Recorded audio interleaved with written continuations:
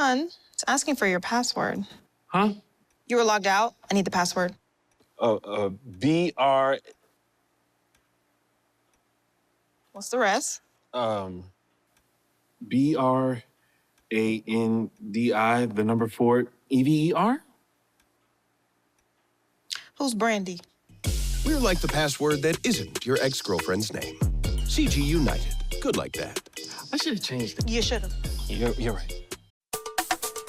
Now you can do more, loan secure, safe on a rainy day.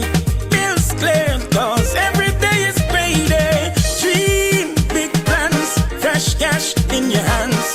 Cause every Friday is super payday. Every day, every day, every day, every day is payday. Every Friday is super payday. If the United States funding for HIV and AIDS is not restored after April, then the possibility exists that new HIV infections and AIDS-related deaths could increase significantly. Executive Director of UNAIDS, Winnie at a press conference this morning, said the evidence received indicates that the impact of the cut in funding is devastating. We have estimated as UNAIDS that if the U.S. assistance for HIV is not restored after the pause, as you know, the pause ends in April, and is not replaced by other funding, and we have not heard of other governments pledging to fill the gap, there will be an additional, in the next 4 years, 6.3 million AIDS-related deaths.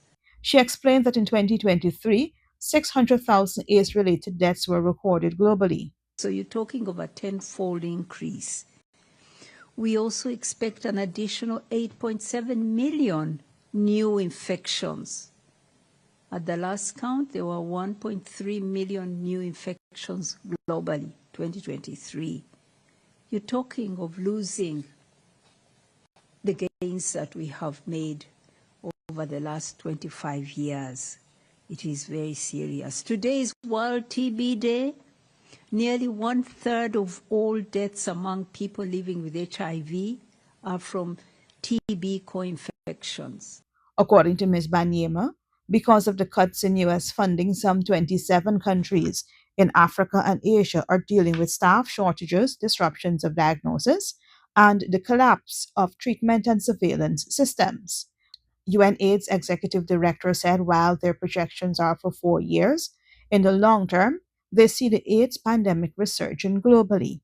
Not just in the countries where now it has become concentrated, low-income countries of Africa, but also growing amongst what we call key populations in Eastern Europe, in Latin America. We will see a resurge of this, a real surge in this disease. We'll see it come back, and we'll see people dying the way we saw them in the 90s and in the 2000s. The Donald Trump administration has temporarily paused foreign aid to assess if the programs align with the foreign policy of the U.S.